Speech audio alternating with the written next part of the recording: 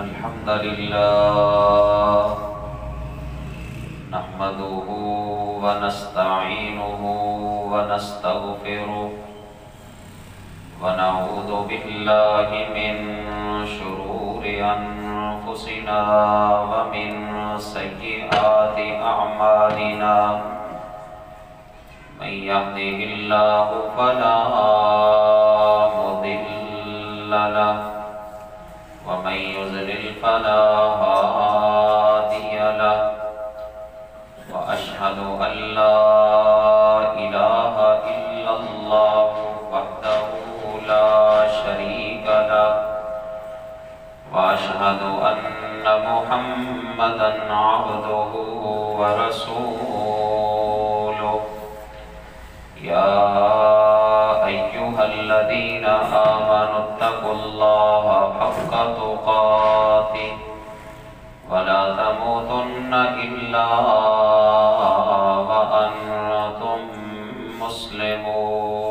مسلمون يا أيها الناس اتقوا ربكم الذي خلقكم من نفس واحدة وخلق منها زوجها وبث منهما رجالا كثيرا ونساء واتقوا الله الذي تساءلون به والأرحام إن الله كان عليكم رقيبا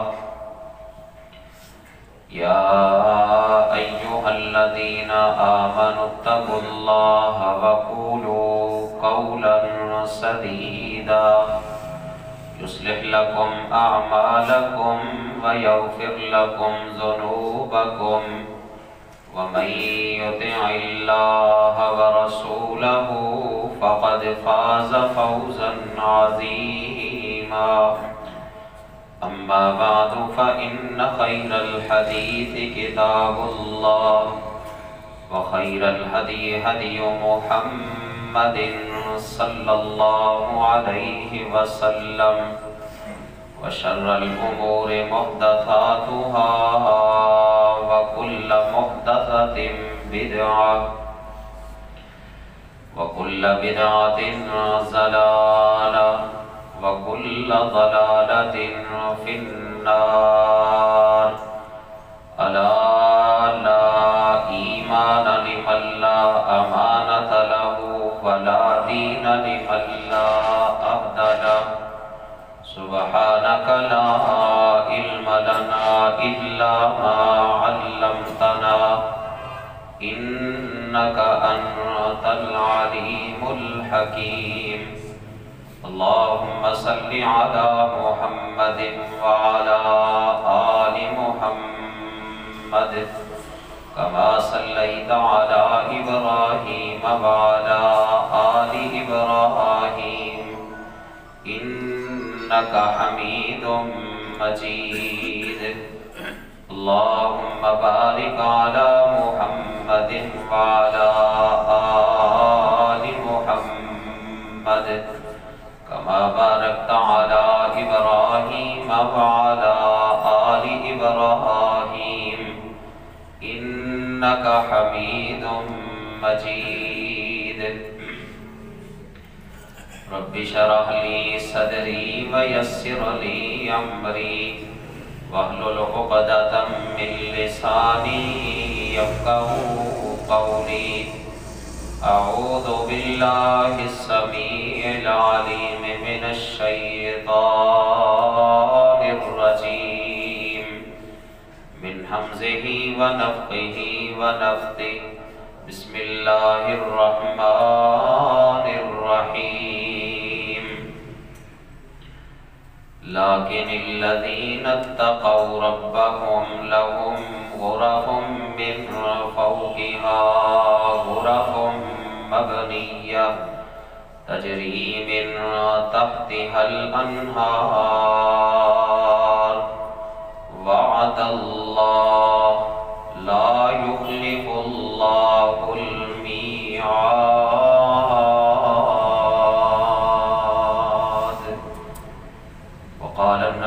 صلی اللہ علیہ وسلم انا زعیم ببیت فی ربد الجنہ لمن ترک المراء وإن كان محقا وببيت في وسط الجنة لمن ترك الكذب وإن كان مازحا وببيت في أعلى الجنة لمن حسن خلقه رواه أبو داود او کما قال النبی صلی اللہ علیہ وسلم۔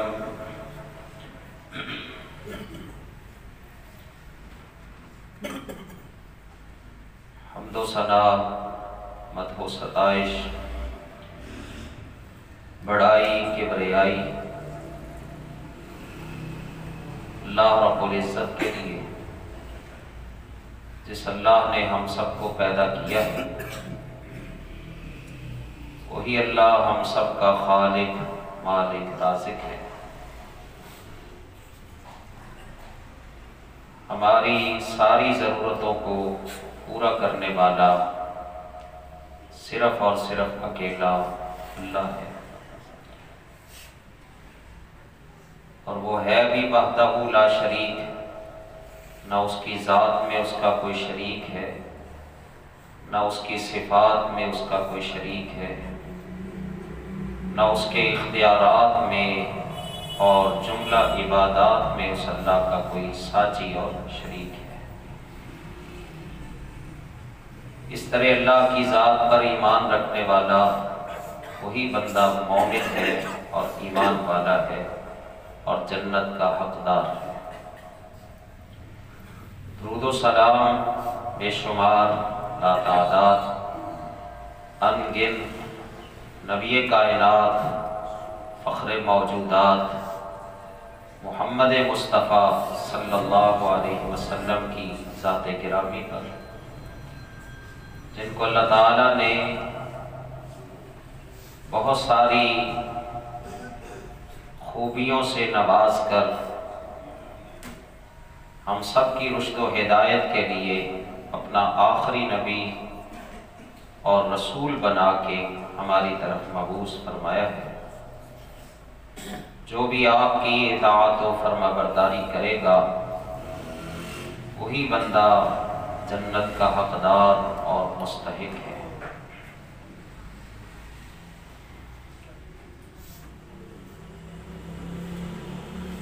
ایک مومن بندہ، اس کا ٹارگٹ وہ جنت کا حصول ہے، اور دنیا کے اندر وہ رہتے ہوئے یہ کوشش کرتا ہے، یہ اس کی محنت ہوتی ہے کہ میں اپنے رب کو راضی کر لوں اور اپنے رب سے جنت حاصل کروں، اور یہ کوشش اور محنت ایسی محنت اور کوشش ہے کہ جس کا حکم اللہ نے قرآن پاک میں دیا ہے، یہ فرما کہ سارعوا الی مغفرۃ من ربکم وجنۃ عرضها السماوات والارض اعدت للمتقین۔ اللہ کہتے ہیں میرے مومن بندو، دوڑو، مقابلہ کرو، ایک دوسرے سے سبقت لے جانے کی کوشش کرو، مسابقہ کرو، کس طرف؟ الی مغفرۃ من ربکم، اپنے رب کی مغفرت کی طرف۔ وہ تمہیں معاف کرنا چاہتا ہے، تمہیں اپنی طرف سے مغفرت عطا کرنا چاہتا ہے، اس مغفرت کے حصول کے لیے دوڑو، مقابلہ کرو، آگے بڑھو۔ وَجَنَّةٍ عَرْضُهَا السَّمَاوَاتُ وَالْأَرْضُ، اور اس جنت کو حاصل کرنے کے لیے کہ جس کی چوڑائی آسمان اور زمین کے برابر ہے، اور وہ جنت جس کو مل گئی وہی کامیاب ہے۔ قرآن پاک میں اللہ تعالیٰ نے کیا فرمایا؟ من زحزح عن النار وادخل الجنۃ فقد فاز۔ جو جہنم کی آگ سے بچا لیا گیا، جنت میں داخل کر دیا گیا، وہ کامیاب ہے۔ مل حیات الدنیا الا متاع الغرور۔ یہ جو دنیا ہے اور اس کا ساز و سامان ہے، یہ جو اس کی رونق ہے، اس کا ٹھاٹ باٹ ہے، اس کی زینت ہے، یہ تو سب دھوکے کا سامان ہے۔ اس جنت کو دور کرنے کے لیے اور اس انسان کی آزمائش کے لیے اللہ تعالیٰ نے تو یہ ساری دنیا اور اس کی ساری چیزیں ہماری آزمائش کے لیے بنائی۔ اور پھر اللہ قرآن پاک میں یہ بھی فرماتے ہیں لا یستوی اصحاب النار واصحاب الجنہ اصحاب الجنۃ هم الفائزون۔ اللہ کی بات پر یقین کرو، اللہ کہتے ہیں جنت والے اور جہنم والے برابر نہیں ہوں گے۔ اس کو سمجھو، اس کی کوشش کرو، فکر کرو، اور اس بات کو اپنے دماغ میں جگہ دو، اپنے دل میں جگہ دو کہ بالآخر مرنا ہے، مرنے کے بعد اللہ کے پاس جانا ہے۔ وہاں قرآن پاک میں اللہ نے فرمایا منہم شقی و سعید، کچھ تو بدبخت ہوں گے اور کچھ خوش قسمت ہوں گے۔ فریق فی الجنہ و فریق فی السعیر، کچھ جہنم میں جائیں گے اور کچھ جنت کے وارث بنیں گے۔ تو اللہ فرماتے لا یستوی اصحاب النار و اصحاب الجنہ، جنت والے اور جہنم والے برابر نہیں ہوں گے۔ اصحاب الجنۃ هم الفائزون، جنت والے ہی کامیاب ہوں گے۔ کامیابی اور کامرانی اللہ اکبر ان کے ہی مقدر میں آئے گی جو جنت والے ہوں گے۔ جنت کی بے شمار نعمتیں، قرآن پاک میں اللہ تعالیٰ نے بہت ساری نعمتوں کا تذکرہ کیا، اور رسول اللہ صلی اللہ علیہ وسلم کی احادیث میں بہت ساری نعمتوں کا ذکر ہے۔ ان میں سے ایک نعمت ہے جنت کے گھر، جنت کے محلات، جنت کے بالا خانے۔ اور خوش قسمت ہیں وہ لوگ کہ جن کو جنت میں جنت کے محلات ملیں گے، جنت کے بالا خانوں کے وہ وارث بنیں گے۔ جنت کے اللہ اکبر جو محلات ہیں اللہ ان کو عطا کرے گا۔ اور کچھ تو ایسے بھی ہیں کہ جن کو دنیا میں ہی بشارت سنا دی گئی کہ وہ جنت کا گھر میں نے دیکھا، کس کا تھا؟ عمر بن خطاب کا تھا۔ رسول اللہ صلی اللہ علیہ وسلم نے اپنے خواب کا واقعہ بیان کیا یا پھر معراج کا تذکرہ کیا، اور آپ کا خواب بھی صداقت پر مبنی اللہ کی طرف سے وحی ہوتا ہے۔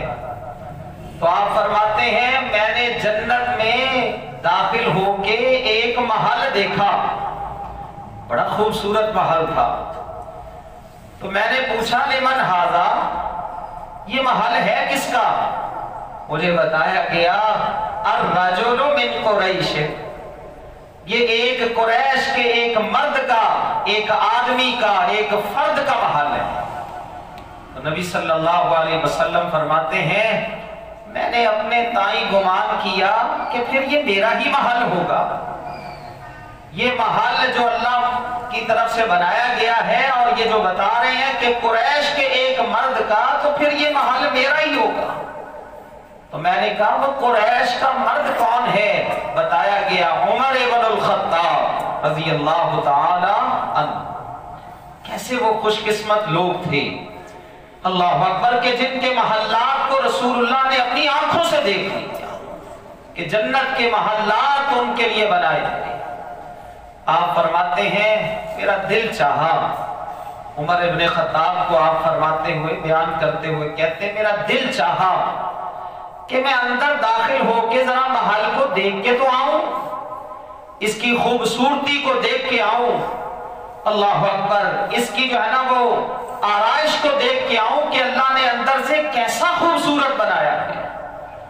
لیکن میں نے اندر دیکھا محل کے ایک کنارے پر ایک جانب ایک عورت وضو کر رہی تھی، تو میں وہیں سے واپس آ گیا۔ عمر تیری غیرت مجھے یاد آ گئی کہ میرا عمر تو بڑی غیرت والا ہے، اور میں ایک عورت کے ہوتے ہوئے، اللہ اکبر، ظاہر ہے وہ عورت بھی تو اسی کی ہے جس کا وہ محل ہے۔ نبی صلی اللہ علیہ وسلم فرماتے ہیں عمر تیری غیرت یاد آ گئی۔ عمر رو کے کہتے ہیں اللہ کے نبی بھلا میں نے آپ پہ غیرت کرنی تھی؟ آپ اندر جا کے دیکھتے، اس کی خوبصورتی کو دیکھ کے آتے۔ وہ تھے خوش قسمت لوگ کہ جن کے محلات کو نبی اکرم صلی اللہ علیہ وسلم نے اپنی آنکھوں سے دیکھا۔ اللہ اکبر، ان محلات کے ہم بھی وارث بن سکتے ہیں، ہمیں بھی وہ محلات مل سکتے ہیں، اور انشاءاللہ ہمیں اپنے رب پر یقین ہے جیسے کیسے بھی ہیں ہمیں ہمارا رب وہ محلات ضرور عطا فرمائے۔ بہت سارے اعمال ہیں، وہ محلات حاصل کرنے کے لیے بہت سارے اعمال بتائے رسول اللہ نے صلی اللہ علیہ وسلم۔ مسجد کا بنانا، 12 نوافل کا پڑھنا، اور اسی طرح اللہ اکبر 10 بار قل هو اللہ کا پڑھنا، اس طرح کے بہت سارے آپ نے اعمال بتائے۔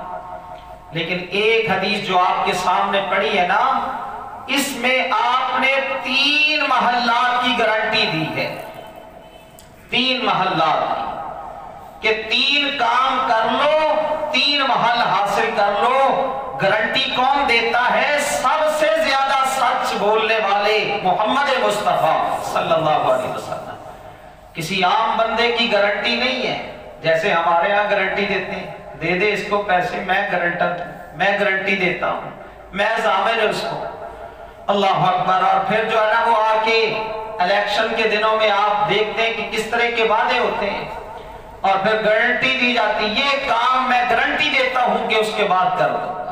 لیکن یہ تو عام لوگ ہیں جن کا مقصد ہی لوگوں کو دھوکہ دینا ہوتا ہے۔ یہ گارنٹی تو وہ دے رہے ہیں کہ جن کے متعلق اللہ نے قرآن میں فرمایا ما ینطق عن الہوی ان ہوا الا وحی یوحی، میرا نبی اپنی مرضی سے بات نہیں کرتا، جب بھی بولتا ہے تو رب کی وحی کے ساتھ بولتا ہے۔ تو رسول اللہ فرماتے 3 کام کرنے والے کو میں 3 گھروں کی ضمانت دیتا ہوں۔ وہ خوش قسمت لوگ ہوں گے جو یہ 3 کام کریں گے، اور اس پر ضامن ہے محلات کے رسول اللہ صلی اللہ علیہ وسلم۔ وہ 3 کام کون سے ہیں اور وہ 3 محل کہاں پہ ہیں؟ رسول اللہ صلی اللہ علیہ وسلم نے فرمایا انا زعیم ببیت فی ربض الجنہ، میں جنت کے اطراف میں، جنت کے ارد گرد میں ایک گھر کی ضمانت دیتا ہوں، ایک گھر کی گارنٹی دیتا ہوں۔ یا رسول اللہ یہ کس کے لیے ہے؟ کس کو آپ کہتے ہیں؟ یہ محل جو اطراف میں ہے جس کی آپ ضمانت دے رہے ہیں، یہ اس کا مستحق کون ہے؟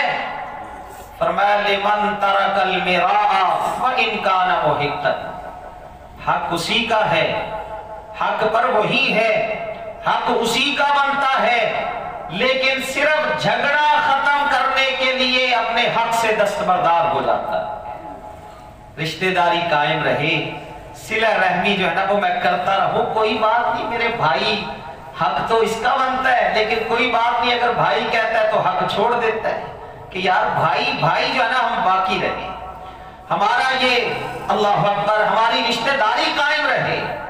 اور اسی طرح اکثر بہنیں کیا کہا جاتا ہے ان کو ہمارے معاشرے میں، اگر تو نے اپنا حصہ لینا ہے نا تو پھر اپنا حصہ لے لے جائیداد میں سے، اس کے بعد میرا اور تیرا بہن بھائی والا رشتہ نہیں رہے گا، میں تیرا بھائی نہیں ہوں گا، اپنا حق لینا چاہتی ہے تو لے لے، اس کے بعد میرے گھر کے دروازے تیرے لیے بند ہوں گے۔ آگے سے بہن کیا سوچتی ہے؟ اللہ اکبر، اپنے حق سے دستبردار ہوتی ہے کہ میرا بھائی قائم رہے، میرا بھائی جو ہے نا وہ میرے ساتھ ملتا جلتا رہے، میرے بھائی کے دروازے میرے لیے بند نہ ہو، اس وجہ سے وہ اپنے حق سے دستبردار ہو جاتی ہے۔ اور حق پر ہوتے ہوئے صرف جھگڑا ختم کرنے کے لیے اپنے حق سے دستبردار ہونا یہ کوئی معمولی کام نہیں ہے، یہ دل جگرے والوں کا کام ہے، یہ بہت ہی زیادہ حوصلے والے کا کام ہے، بہت ہی زیادہ باہمت شخص کا کام ہو سکتا ہے کہ صرف جھگڑا ختم کرنے کے لیے کہ یہ جھگڑا ہے، اللہ اکبر، حق تو میرا ہی بنتا ہے لیکن اللہ کی رضا کے لیے میں اپنے حق سے دستبردار ہوتا ہوں۔ آپ نے فرمایا یہ حوصلے کا کام کرنے والا کوئی معمولی انسان نہیں، میں محمد صلی اللہ علیہ وسلم اس کو جنت کے اطراف میں ایک گھر کی ضمانت دیتا کہ اللہ اس کو جنت کے اطراف میں ایک گھر جو ہے نا وہ عطا فرمائے گا۔ اور دوسرا کام اور دوسرا گھر، رسول اللہ صلی اللہ علیہ وسلم نے فرمایا وَبِبَيْتٍ فِي وَسَطِ الْجَنَّةِ لِمَنْ تَرَكَ الْكَذِبَ وَإِنْ كَانَ مَازِحًا۔ آپ نے فرمایا میں جنت کے وسط میں، جنت کے بھی درجات ہیں، کوئی اعلیٰ درجہ ہے، کوئی درمیان والا درجہ ہے، کوئی اس سے نیچے ہے، کوئی اطراف میں ہے۔ رسول اللہ صلی اللہ علیہ وسلم فرماتے ہیں میں جنت کے وسط میں، جنت کے درمیان میں ایک گھر کی ضمانت دیتا ہوں، کس کو؟ جو مذاق میں بھی، دل لگی کرتے ہوئے بھی، خوش طبی میں بھی جھوٹ نہیں بولتا، جھوٹ کو چھوڑتا ہے، جھوٹ سے اپنے آپ کو بچاتا ہے کہ میں نے جھوٹ نہیں بولنا۔ اور یہ جھوٹ ایسا نقصان دہ عمل ہے، آج تو ہماری پہچان ہے نا کہ مسلمان تو ہوتا ہی جھوٹ بولنے والا ہے۔ آپ چلے جائیں اس مارکیٹ میں ذرا جا کے چکر لگا کے آئیں، ہمارے اللہ اکبر جو تجار ہیں، تاجر ہیں، اللہ ماشاءاللہ جس پر اللہ اپنی رحمت فرما دے، وہ جھوٹ بولنے والے ہوتے ہیں، ان کی پہچان جھوٹ ہے۔ اللہ اکبر، جبکہ اللہ نے قرآن پاک میں فرمایا کہ سچ بولو سچ، اور سچ بولنے والے ہی کامیاب لوگ ہیں۔ قرآن پاک کی ایک آیت ہے جس میں اللہ کیا فرماتے ہیں، یا ایھا الذین آمنوا اتقوا اللہ وقولوا قولا سدیدا یصلح لکم اعمالکم ویغفر لکم ذنوبکم ومن یطع اللہ ورسولہ فقد فاز فوزا عظیما۔ اللہ فرماتے ہیں ایمان والو، اللہ سے ڈرو، تقوی اختیار کرو، متقی بن جاؤ، پرہیزگار بن جاؤ۔ وَقُولُوا قَوْلًا سَدِيدًا، اور جب بھی بات کرو تو صاف سیدھی سچی بات کرو۔ اللہ جی اس کا کیا فائدہ ہوگا؟ سچ بولنے کا، صحیح بات کرنے کا، درست بات کہنے کا کیا فائدہ ہوگا؟ فرمایا یصلح لکم اعمالکم، اللہ تمہارے کام سنوار دے گا، ویغفر لکم ذنوبکم، دنیا میں تمہارے کام اللہ بنائے گا۔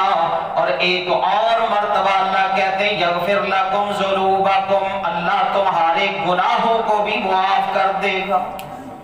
یہ سچ بولنے کا فائدہ کہ سچ بولنے والے کے گناہوں کو اللہ معاف کرتا ہے۔ اور اللہ نے اپنے نبیوں کی، بہت سارے نبیوں کا اللہ نے تذکرہ کیا، ان کی خوبیاں بھی بیان کی، ان میں سے ایک خوبی فرمایا وَاذْكُرْ فِي الْكِتَابِ إِبْرَاهِيمَ إِنَّهُ كَانَ صِدِّيقًا نَبِيًّا۔ اے نبی جی آپ اس کتاب میں ابراہیم کا تذکرہ کریں۔ اللہ جی وہ ابراہیم کون تھے؟ فرمایا إِنَّهُ كَانَ صِدِّيقًا نَبِيًّا، وہ میرا سچا نبی تھا، سچ بولنے والا نبی تھا۔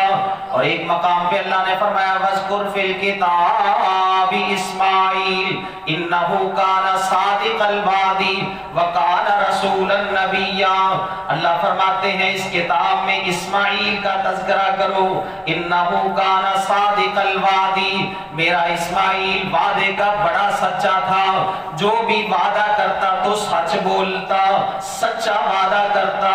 اور آگے اللہ نے فرمایا وَاذْكُرْ فِي الْكِتَابِ إِدْرِيسَ إِنَّهُ كَانَ صِدِّيقًا نَبِيًّا، اس کتاب میں میرے نبی ادریس کا تذکرہ کرو، میرا ادریس بھی اللہ کا سچا نبی تھا، سچ بولنے والا۔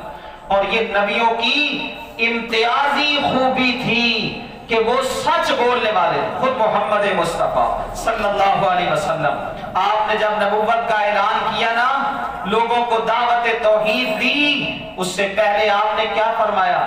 میری اللہ اکبر قریش کے لوگوں، میری قوم کے لوگوں، میں نے تمہارے اندر 40 برس گزارے ہیں، 40 سال کا عرصہ گزارا ہے، مجھے بتاؤ تو صحیح کہ تم نے مجھے کیسا پایا، میرے بارے میں تمہارا تجربہ کیا ہے، مجھے سچا پایا یا جھوٹا پایا؟ تو سارے کیا کہتے ہیں؟ اے محمد صلی اللہ علیہ وسلم، ہم نے جب بھی تجھے بولتے ہوئے پایا تو سچ بولنے والا ہی پایا، تو سچا ہے، صادق ہے، امین ہے۔ اللہ اکبر۔ تو یہ نبیوں کی امتیازی خوبی، اور قیامت کے دن نا انسان کو اس کا سچ بولنا ہی فائدہ دے گا، جتنا مرضی جھوٹ بول لے، جس بھی معاملے کے اندر اگر کوئی بندہ جھوٹ بولتا ہے دنیا تو اس کی برباد ہوگی ہی ہوگی، آخرت بھی اس کی برباد ہو جائے گی۔ قرآن میں اللہ فرماتے ہیں قال اللہ ھذا یوم ینفع الصادقین صدقهم لهم جنات تجری من تحتها الانہار خالدین فیہا ابدا رضی اللہ عنہم ورضوا عنہ ذالک الفوز العظیم۔ اللہ فرماتے ہیں قال اللہ ھذا، قیامت کے دن اللہ آواز لگائیں گے، آواز محشر کا میدان ہوگا، سب لوگ وہاں پہ جمع ہوں گے، اس وقت اللہ آواز لگائیں گے ھذا یوم ینفع الصادقین صدقهم، آج کا دن فائدہ دے گا سچ بولنے والوں کو، جو انہوں نے دنیا میں سچ بولا اس کا فائدہ آج ملے گا۔ اللہ جی وہ فائدہ کیا ہے؟ فرمایا لہم جنات تجری من تحتها الانہار، ان سچوں کے لیے ہی تو باغات ہیں، ان کے لیے ہی تو جنات ہیں جن کے نیچے سے نہریں جاری ہیں، ہمیشہ ہمیشہ یہ ان باغات میں رہیں گے۔